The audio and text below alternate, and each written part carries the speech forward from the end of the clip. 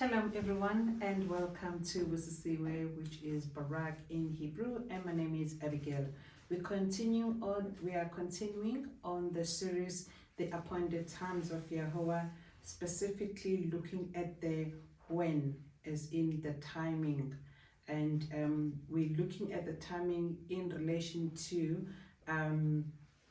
the Gregorian calendar in our times, as to when are we to observe the appointed times. Not only are we looking at the Gregorian calendar, but we're also looking at the region where we are based, because the seasons are different in the northern hemisphere as well as the southern hemisphere.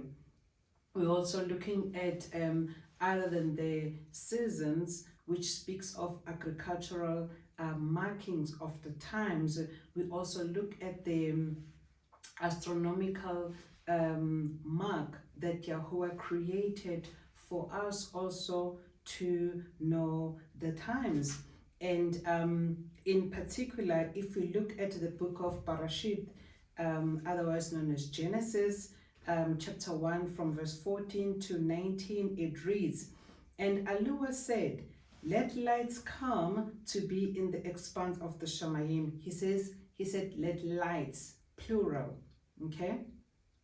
Let lights come to be in the expanse of the SHaMUT, to separate the yom or the day from the laila or the night, and let them be for signs and appointed times. Let them what? Let the lights. At this particular point in time, he hasn't specifically said which light is used for what.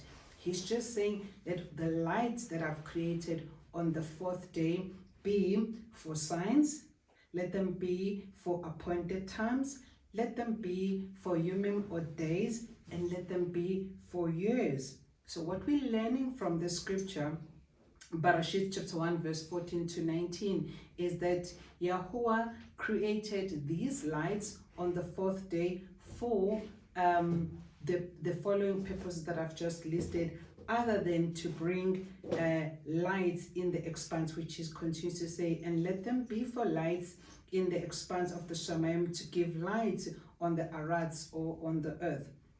And it came to be. And YaHUaH made two great lights. So of the lights that he made, there were two great lights.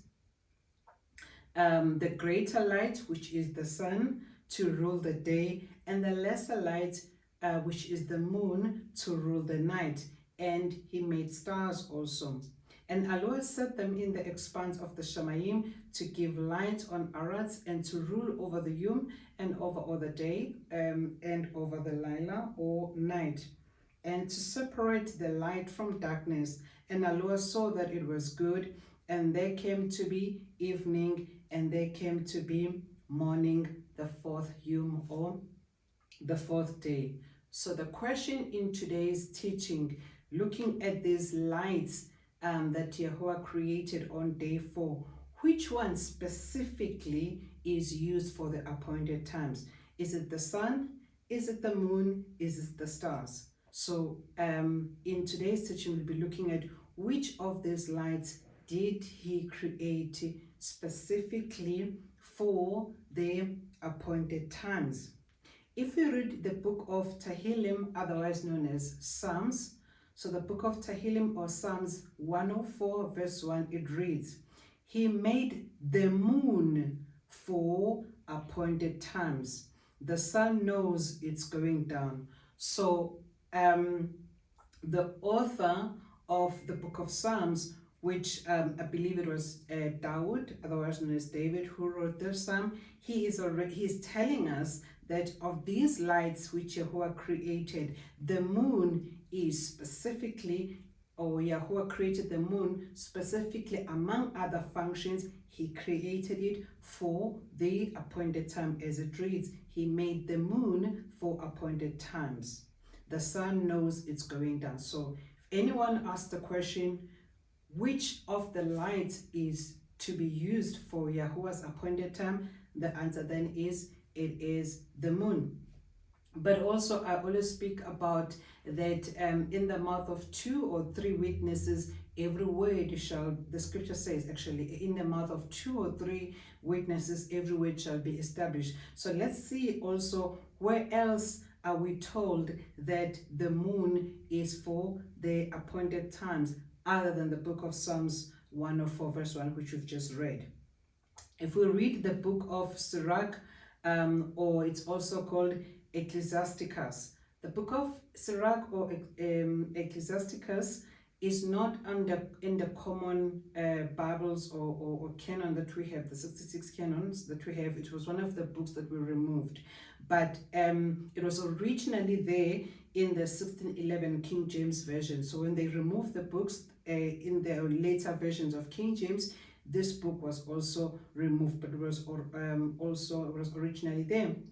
It can also be found in the book of in the Septuagint version of the Word of YaHUaH, and other scriptures also still has this book, Sirach or Ecclesiasticus, books such as or versions such as the Sefer and other scriptural canons.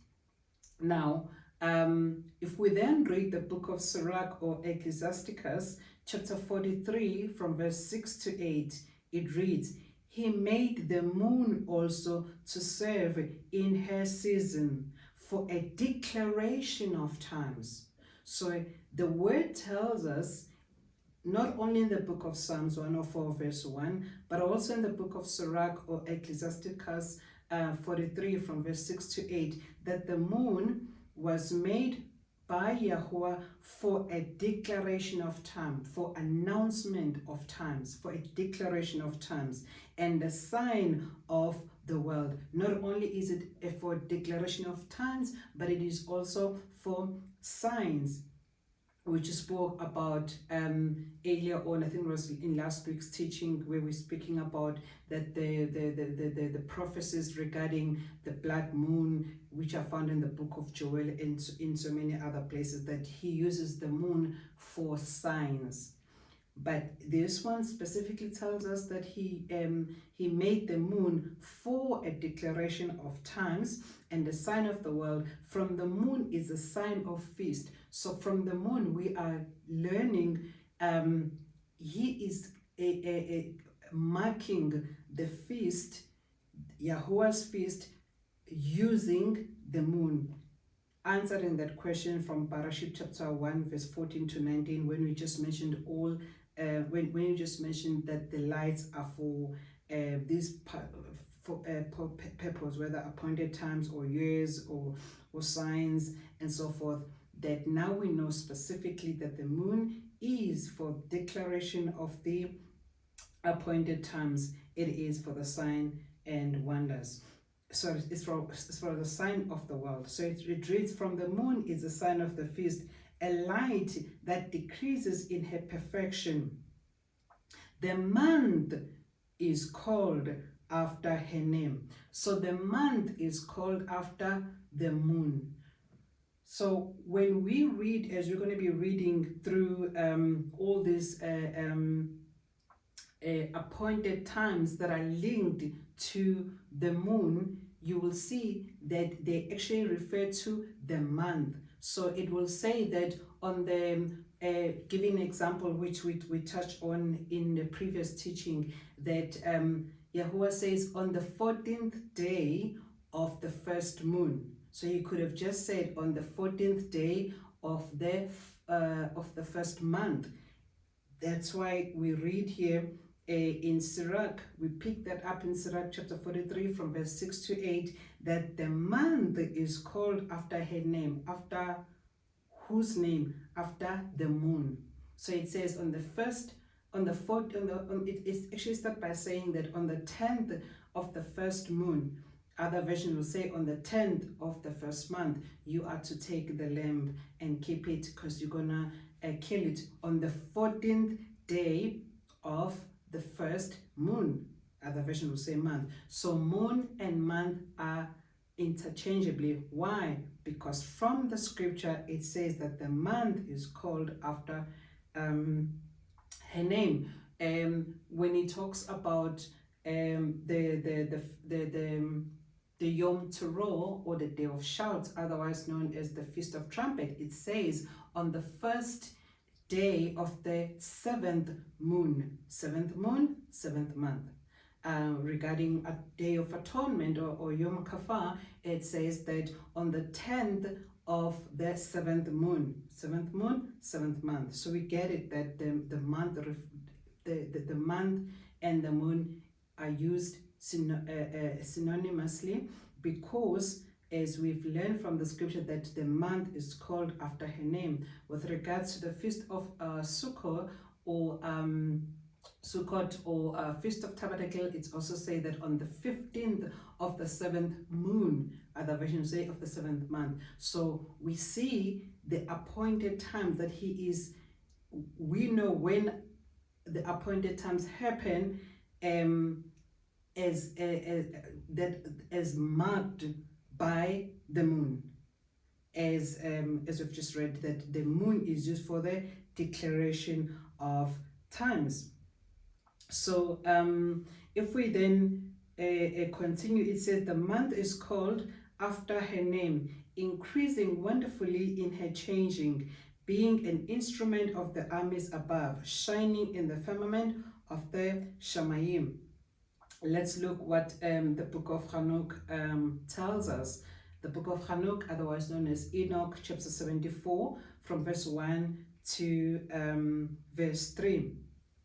And I'm reading this from Sefer version. It says, "Then I saw another progress and regulation which he effected in the law of the moon, the progress of the moons, and everything YaHUaH showed me, the Kadash Malak, or the Kadash messenger, who conducted them all. Their stations I wrote down as he showed them to me. I wrote down their months." So it started by saying the progress of the moons, and then it says the same verse 1 to 3 of Hanok or Enoch. It says, "I wrote down their months as they occur, and the appearance of their light until it is completed in 15 days." So now we know that when YaHUaH speaks to moon, as far as the appointed times is concerned, in our language that we use daily, that refers to month or months, first month or seventh month, first moon or seventh moon. When it speaks to fasting, it also would be speaking to maybe the 10th moon, or in our day-to-day language we'll be saying the 10th month, but now we understand. Now another part that's with regards to the lights that YaHUaH he created, is that we realize something, that when it comes to his when it comes to YaHUaH's calendar, he actually uses both agriculture and astronomy for his calendar. And we want to see examples of where he uses agriculture and when he uses astronomy, but he uses both as far as his calendar is concerned. And that we will look at the scripture again in Leviticus 23 that speaks of when we have to mark the beginning of the moons, or the first of the moons, or the first moon of the moons for the year. Now the Bali being Abib is which Bali being Abib, Bali speaks of agriculture. So this is an example of how YaHUaH uses agriculture to mark the seasons, or as an indication of his calendar or of his times. The Bali being Abib, he uses Bali being Abib to mark the beginning of the moons or months, as we've just learned. And he also uses the spring equinox to mark the beginning of the year. So a lot of people automatically say that when the scripture speaks about the beginning of moons, which is found in the book of SHaMUT, chapter 12, verse 1 to 2, they automatically assume that it is the beginning of the year. But what's important to highlight here is that there are different creations that YaHUaH use to mark different times. So with regard to marking the moons, the beginning of moons or the beginning of months, he uses barley, and barley being Abib.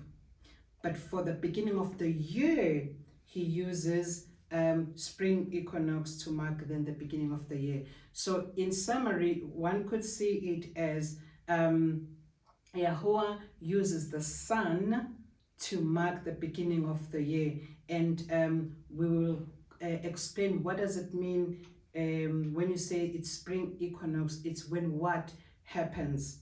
But before we I get ahead of myself, for now, this also clarifies back to Bereshit or Genesis chapter 1 from verse 14 to 19 that YaHUaH created lights, and these lights were made up of the sun, moon, as well as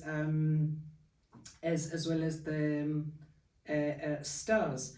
And when he was just talking about the lights, he mentioned them, that this is for appointed times, for signs, for years, but he didn't say specifically in Bereshit chapter 1 verse 14 to 19 which light is for what. But from Sirach or Ecclesiasticus, as well as Psalms 104 verse 1, we have learned that the moon is used for the appointed times. And we'll be seeing then the scriptures where we then see that the sun is for the beginning of the year, not the beginning of the months, or not the beginning of the new moons. And we will also, in the next teaching, we'll look at how does the alignment happen between the beginning of the new moons, or the beginning of the moons to the beginning of the year. When does it happen that the two are not aligned, and what happened to align them, as we continue. But at this point in time, just note that the sun marks the beginning of the year, and that is seen through spring equinox, and then the barley being Abib marks the beginning of the new moons, the beginning of the new months. And then another way where we can be able to see, I always say when people that YaHUaH provided so much in his word, that we have so much protection in terms of seeing his pattern, how he works. When you look at the book of Bereshit chapter 22 verse 17, or Genesis chapter 22 verse 17, when YaHUaH spoke to Abram concerning how he was going to barak him, he uses the natural natural aspect which we can see here on earth, but he also used the creation that is in the Shamayim, or in the expanse. And this is how it reads. Bereshit or Genesis chapter 22 verse 17, it says, I shall certainly, this is YaHUaH speaking to Abram, I shall certainly barak you, or bless you, and I shall certainly increase your seed as the stars of the Shamayim. So he's making reference to that his promise, how Abram can actually remember the promise that YaHUaH has given him. He can look at the creation that he made, which is in the expanse, being one of the lights, like the sun, like the moon, like the stars, which he created, because it says, and I shall certainly increase your seed as the stars. So you can look at that and you see the stars, then you remember the covenant that YaHUaH had. And then he said also, and as the sand which is on the seashore, and let and let your seed possess the gates of their enemies. So we see also the pattern of YaHUaH. He uses that which is natural, which we can see here on earth, feel and touch here on earth, but he also uses that which is, I would say, spiritual, but that is like in the SHaMUT, in the expanse, being the sun. And that's the one of the example that we see how YaHUaH uses, or the pattern that YaHUaH uses when he communicates with us. This example of Barashit 22:17 being making reference to the stars, but also making reference to the sea. Here on the seashore, it also shows us the pattern how YaHUaH works, even when it comes to his calendar, that he is using the sun to mark the beginning of the year, which is one of the lights, and he's also using the barley being Abib to mark the beginning of the moons, or to the beginning of the months. So he uses both, everything that he created to mark his calendar, and all bring esteem to him. So a lot of people say that you can't be looking at the moon to use it as time, or to use it to know when it is YaHUaH's appointed time, because Satan uses it, and there's so many other religions that are using the moon. Well, someone could also say that, but there are also other religions and pagans who are using also the sun in terms of worshipping the sun. So the fact that Satan corrupts YaHUaH's creation does not make YaHUaH's creation wrong. It is how it is used, it's abused actually by Satan. But YaHUaH created all this, and he created it for himself, for his praise, for his worship. And we know that we worship the creator, not that which was created. All these other things are made for us, because even as YaHUaH says that these lights are to bring lights where? On AHaRaN. Who is in the AHaRaN? His creation, us. Because he is in the SHaMUT. So these lights, we cannot worship. They actually are created by YaHUaH to serve us, just to correct whatever misuse of these lights, which I've seen in so many times, in so many places. Now let's go back then to how we see YaHUaH using the agricultural aspect to mark the beginning of months. From the book of SHaMUT, chapter 12, otherwise known as Exodus chapter 12, from verse 1 to 2, and it reads, "And YaHUaH spoke to MaSHaH and to AHaRaN in the land of MaTSRaYM, saying, this new moon is the beginning of new moons." So we need to read the word of YaHUaH exactly what it says. YaHUaH did not say that this new moon is the beginning of the year. He said, this new moon is the beginning of new moons for you. It is the first new moon of the year. It's not the beginning of the year, but it's the first new moon of the year. Now, someone might then ask the question, this scripture, SHaMUT or Exodus chapter 12 from verse 1 to 2, when YaHUaH said, this new moon is the beginning of the new moons for you, it is the first new moon of the year for you. Where was he? Like, was it the first month? Was it the second month? Was it the third month? Where was he in terms of the months? How would we know when he said this new moon? Because it's a starting point. Where was he speaking from? What triggers this new moon? And then we find an answer in exactly the next chapter, which is chapter 13, verse 4. SHaMUT or Exodus chapter 13, verse 4, it reads, "Today you are going out In the new moon Abib. So now we know when he says this new moon, he refers to Abib. He then says, this new moon Abib, 7 days you eat matzah or unleavened bread. And on the 7th day, it's a festival to you. On the 7th day of the 7 days that you've been having matzah or unleavened bread, it is a festival to YaHUaH. So then the question becomes, what does it mean Abib? What must be Abib? Or what is Abib? What does it mean? This refers to barley. Barley is Abib when it is ripe for harvest.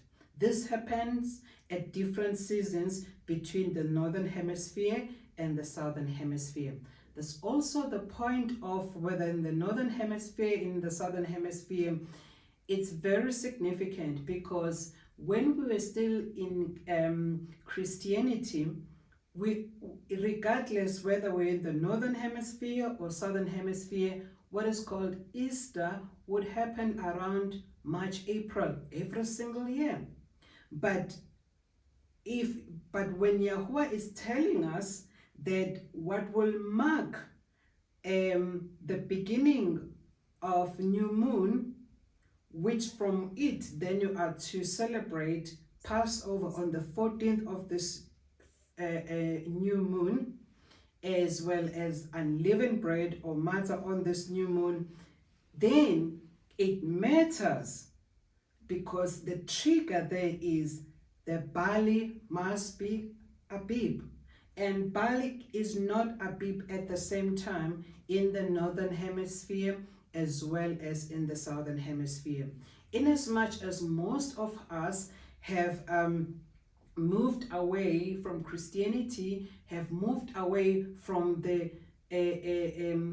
festival that were linked to pagan tradition, that we did not even question as to the timing thereof. As I made an example before, and I'm saying this again to say that we were just following these traditions of men because that's what we're told and that's what everybody else is doing without questioning it. That how on earth would you say that it's Good Friday and then you say it's Good Friday, that's when YaHUaH died, or they say Jesus died, and then he rose on Sunday. Yet the scripture says that the sign that YaHUaH gave regarding his death, he said that the Son of Man will be in the grave for 3 days and 3 nights. And that's also speak to the teaching that I did last week, where I was making distinction between that a day is made up of either the opposite of the night. It is also spoken to as a day being the combination of the daylight and the nighttime combined 24 hours. It is called a day. So now if you're counting from Friday to Sunday, it doesn't make 3 days and 3 nights. It's not adding up. But why nobody questions this thing? Why everybody celebrate the death of Jesus and the resurrection of Jesus without asking to say, but this is not in line with the scripture. And we just follow without questioning the process. And in the meantime, we say that we are praising and worshiping him. Yet what we're doing is contrary to his word. And by the way, another aspect that does not make up, which I spoke about also previously, is that if then people are saying that they are celebrating the death of Jesus, so if somebody died, you would know that they died on a particular date. It's like a birth date. Birth date doesn't change. I was born according to the Gregorian calendar on the 3rd of December. So according to the Gregorian calendar, 3rd of December is my birthday. Can never change. And some of our loved ones who have passed on a particular day, that date remains the same. So how come when it comes to then Jesus, that his death date could either be in March or in April? So that doesn't make sense. So these are the kind of things where we just took from the traditions of men, whoever were speaking as authority, which was not from the word. And that's why we need to go back to believing and doing the word, not religions, not traditions of men. Now, with this understanding that when it comes to seasons, there's a difference between the northern hemisphere and the southern hemisphere in terms of a gap, approximately 6 months or so. So if YaHUaH said in SHaMUT chapter 12 from verse 1 to 2, in SHaMUT chapter 13 verse 4, in chapter 13 or Exodus chapter 13 verse 4, that today you are going out in the new moon Abib. The barley is not going to be Abib at the same time in the northern hemisphere as well as in the southern hemisphere. So why are you celebrating the Passover the same time? It can't be. And another thing to add, which is very critical as we're going to be looking at before we close today's teaching, is that the appointed times of YaHUaH must be observed according to the land, according to the promised land, according to where the true YaSHaRAL is. That's the thing, because otherwise you wouldn't know, I'm in the northern hemisphere, I'm in the southern hemisphere, so must I celebrate the appointed times according to when the barley is ripe in or Abib in the northern hemisphere? Then we're not going to be celebrating at the same time, because in the southern hemisphere it's going to be about 6 months apart when it's going to be ripe. So for the unity to happen, this appointed times of YaHUaH must be celebrated, must be observed according to the land. And we'll see the scriptural reference which tells us that these appointed times of YaHUaH must be observed according to the seasons of the land. And this also speaks to when people say, when I started talking about we need to know, and YaHUaH has already told us in his word what true YaSHaRAL is, we need to know where the true YaSHaRAL is referring to the land. And people says it doesn't matter. No, it matters. It matters because one, the appointed times of YaHUaH must be observed according to YaSHaRAL, the true YaSHaRAL, the true promised land. So that's one of the reasons why it matters. When it spoke about prophecies, the prophecies are not only people specific, but they are also land specific. Then that also talks to, you need to know who are the true people of YaSHaRAL, because the prophecies are people specific. Where is the true land, the true YaSHaRAL, the true promised land? Because also the prophecies are land specific. So let's get into understanding the difference between the northern hemisphere as well as the southern hemisphere. If we just go on Google right now, because this information is available on Google, so we're not only looking at from the scriptural point of view, but there's so many other evidence that is out there that we can see aligning with the word of YaHUaH. It says, when you Google, when is barley Abib? Firstly, what does it mean for barley to be Abib?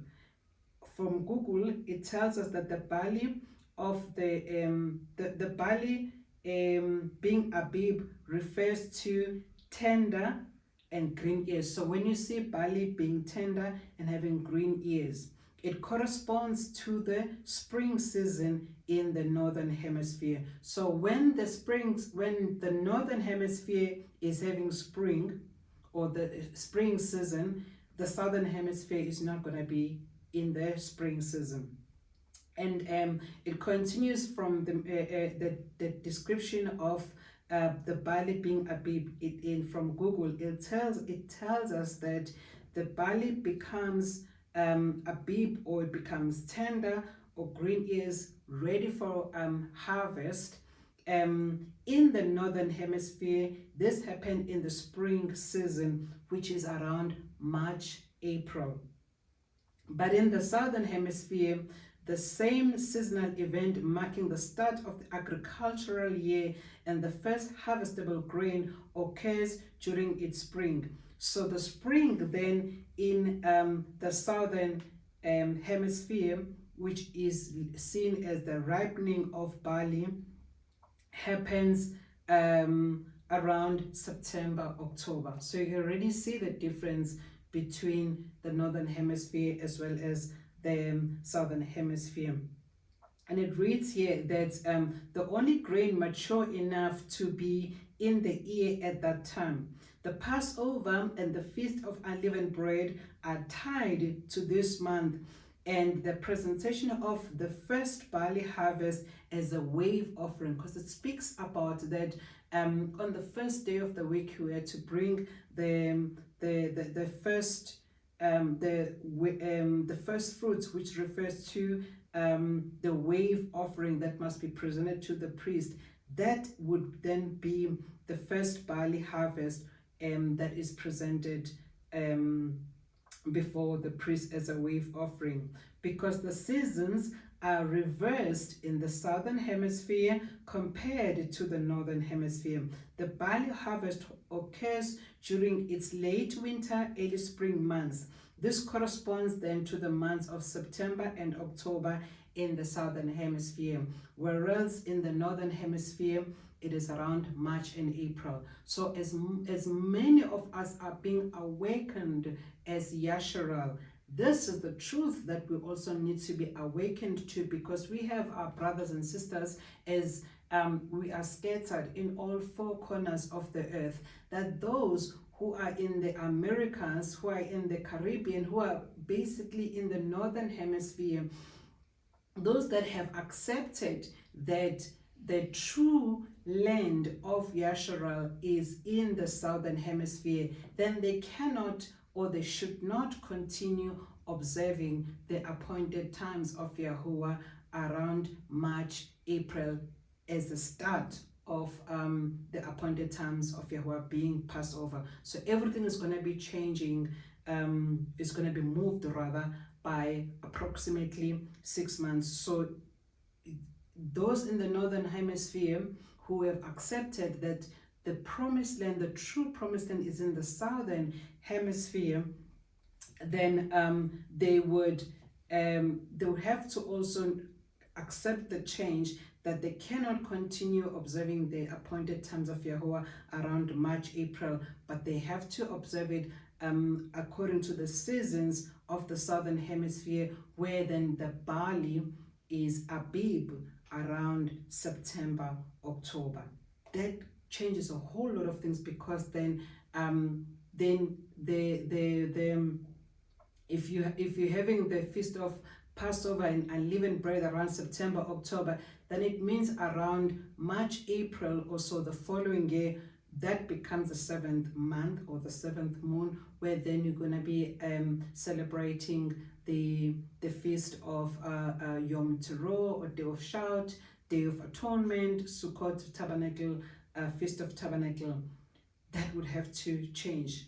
And it became as a shock to me when I realized that it was already a change to abandon the worldly appointed celebration times, either being Christmas or Easter, to be following that which is in the scripture, Leviticus 23, to say there's nowhere that says you must celebrate the birth of YaHUaH, so I'm not going to celebrate that. There is no way that says we must celebrate the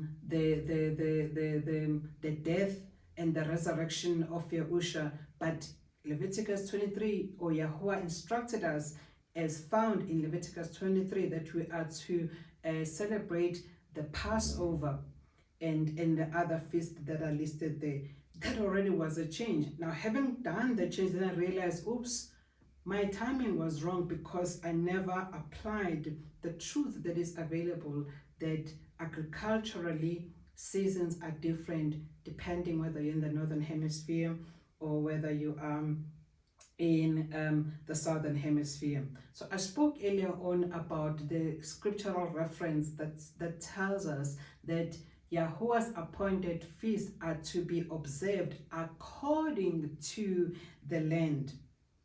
Now, if we read SHaMUT chapter 13 verse 5 or Exodus chapter 13 verse 5, it says, "And it shall be when YaHUaH brings you into the land of Canaanites, the Hittites, and the Amorites, and the Hivites, and the Jebusites, which he swore to your fathers to give to you, a land flowing with milk and honey, that you shall keep this service in this new moon." So in this promised land that you, as you are living Egypt, which by the way is in the northern hemisphere, and you are now going into the southern hemisphere, you are to observe this feast according to the land where you are going. And this becomes a very critical discussion to have. I wrote a book, and I think I presented it in the previous teaching. I just forgot to bring it this time around. Let me just see if my daughter can quickly go get the book so that I can just show you the hard copy. How does it look like? Please run and get the book. But while it's just getting the book, in the book, that's where I speak about from the scriptural point of view, from the geographic point of view, the information that is out there, that the promised land is in the southern hemisphere. The land of YaSHaRAL is in the southern hemisphere. Oh, sorry, is in the southern Africa. So yes, it is within the southern hemisphere, but in specifically the southern Africa.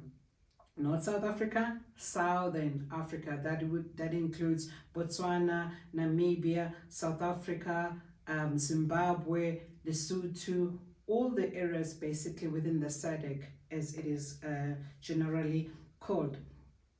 In writing this book, the title of the book is The True YaSHaRAL, or in bracket Israel,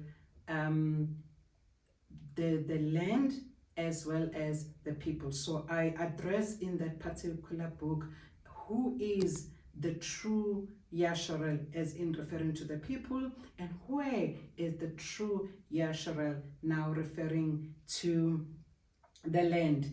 And I must say, and I also write this in the book when I start in the tributes, that I'm not the first one to be coming to this particular conclusion. Thank you very much, my baby. So this is how the book looks like. I'm sure you can see it. This is how the book looks like. And it says the true YaSHaRAL, or Israel. And it says that the land and the people. So this book then goes through all the details regarding to why the southern Africa, as you can see in this map, hopefully you can see it properly. This is the map of Africa, and then the highlighted part being the southern Africa. This is where the true YaSHaRAL is. And then the appointed times of YaHUaH must be followed according to the true YaSHaRAL. And I do understand that a lot of us were deceived to believe that YaSHaRAL is in the Middle East, and those guys that are in the Middle East, that they were the true Israelites. That's what we were told. And until YaHUaH took me through so many of the scriptures to prove this, because it was constantly in my mind every time when I read Revelation chapter 3 verse 9. When Revelation chapter 3 verse 9 says that, when it was saying that I know of those that call themselves Jews, but they are not, but they are liars. Those who are of the synagogue of Satan, who call themselves Jews, but they are not, but they are liars. I will make them come and worship before you, before your feet, that they would know that you are mine and that I have loved you.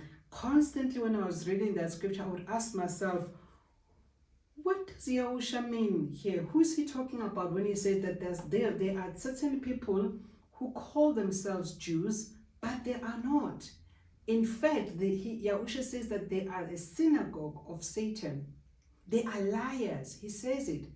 So if then these people are liars, and then YaHUaH then speaks about that, I will make these liars to come and worship before your feet, to know that I have loved you, to know that you are mine. Who is this other person, this other people rather, that YaHUaH is talking about? Hence, the title of this book is The True YaSHaRAL, or Israel, the land and the people. So not only looking at the people, but we're also looking at the land. So now if they are liars, then it means they are true YaSHaRAL. And then if these people lied about their identity, who they are, they also lied about the land that they're claiming to be YaSHaRAL, and it is not. They're claiming to be Israel, and it is not. And that is found, all that information in this book, which I recommend that you find, you get on Amazon. I will leave the link to Amazon on the description of the of this teaching on YouTube. As I said, I will not take credit for this. There's so many other brothers and sisters within YaSHaRAL that have written on this particular topic, that have made documentaries on this particular topic, that have made teaching on this particular topic. The challenge now is, are you now going to move the appointed times and observe them according to the truth that you now know?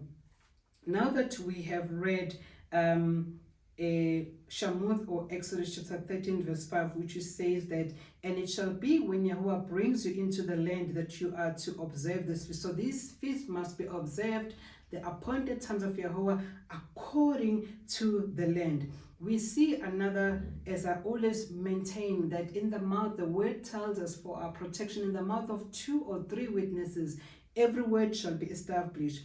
We find it in the book of DaBaRYM, otherwise known as Deuteronomy, chapter 16 from verse 16. So DaBaRYM, or Deuteronomy 16 verse 16, it reads, 3 times a year all your males appear before YaHUaH, your allure in the place which he chooses, at the festival of MaTSaH, or the unleavened bread, which is combined with the Passover, the festival of SHaMUT, which is also called Festival of Weeks, otherwise known as Pentecost, as well as the Festival of Sukkot, or Sukkot, otherwise known as the Feast of Tabernacles.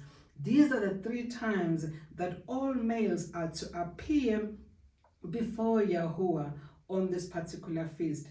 And none shall appear before YaHUaH empty-handed. Why is it that the scripture tells us none shall appear empty-handed? Because these feasts are linked to harvest.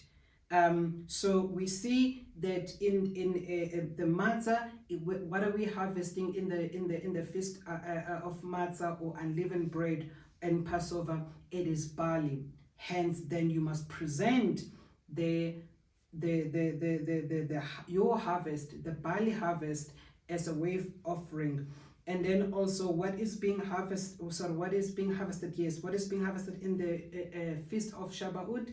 It is wheat.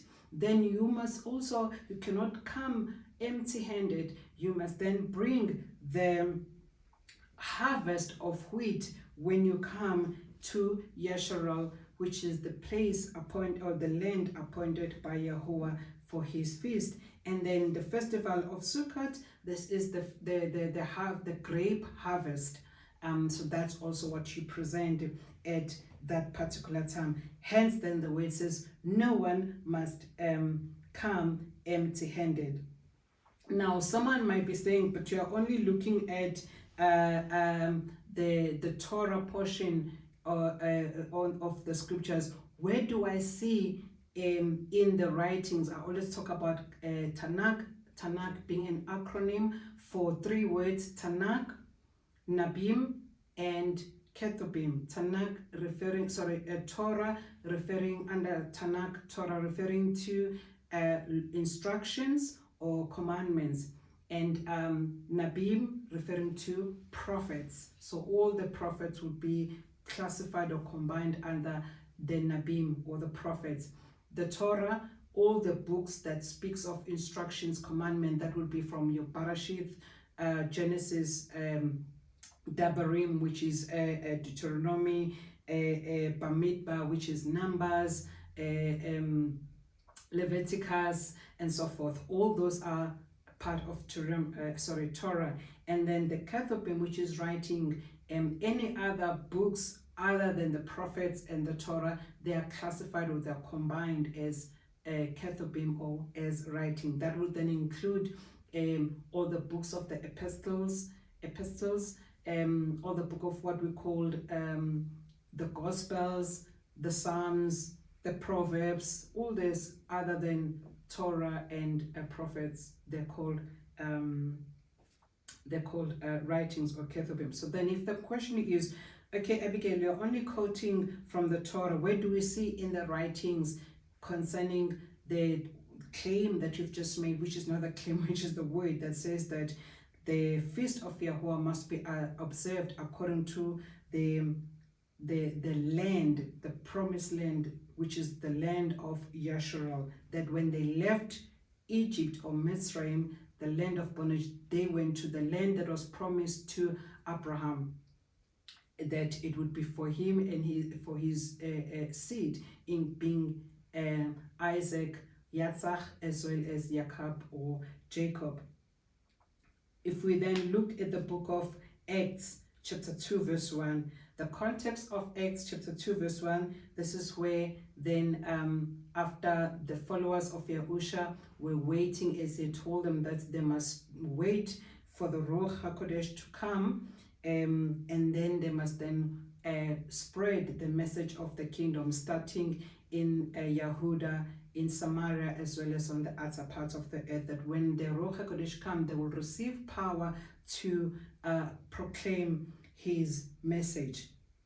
As they're waiting in the upper room, the word tells us that it was there were 120 of YaHUaH's followers that were gathered there.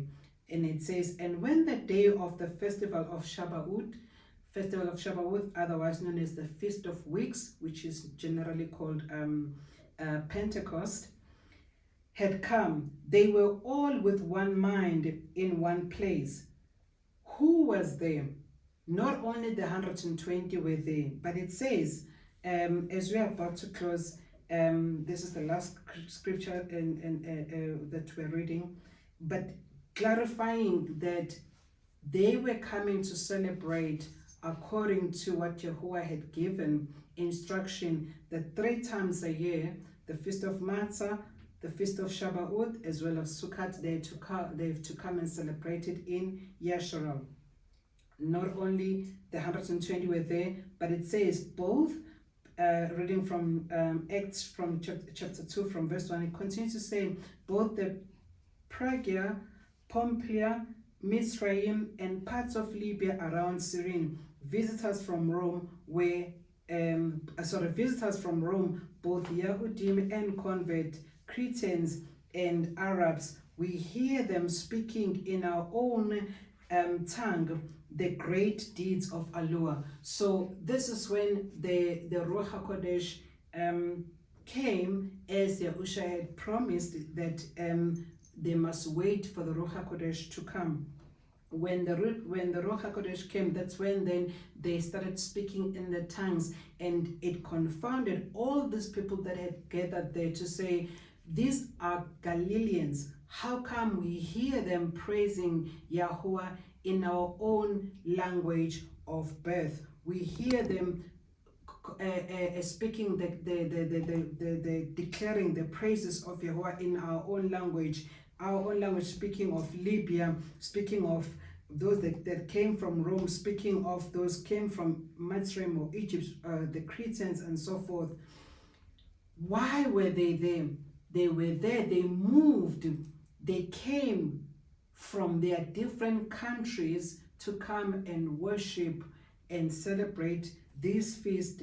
Particularly in this case, they would have been there from the Feast of MaTSaH, to continue to be there also on the feast of Shavuot as instructed by YaHUaH. So this is exactly what we're learning, that they drove, not that they drove, they came using whatever form of transport or how they came, but they did it in obedience of the commandment of YaHUaH that the feast must be observed in the land. Now what happens then as we close today, for those that obviously cannot drive, that cannot fly, that cannot come physically to the land, obviously as we are dispersed in all the four corners of the earth for financial reasons and so forth, then they must observe the appointed times of YaHUaH in the countries where they are at, according to the timing of where the true land of YaSHaRAL is, which is in the Southern Africa. That's why then those who are in the Northern Hemisphere, they have to observe the appointed times of YaHUaH according to the seasons of the Southern Hemisphere, which is triggered, which is we are notified by the barley being Abib, as I've already explained. So this is where we're going to close today. And this particular teaching, as I said, I'm going to put the link to the book. And then the next teaching that we're going to have is then, I spoke about that the beginning of the new moons, but my focus in today's teaching was so much about the barley being Abib. So what is the context and how are we to see the beginning of the new moons? How are we going to know that the new moon has begun? What are we going to see to mark that today is then the first of the new moon or the first of the new month? And what are we supposed to do when the new moon begins? This is where we're going to end on today's teaching, and the next teaching will then be looking at how do we know when is the beginning of the new moon, and then also contrast it with the beginning of the new year. Shalom.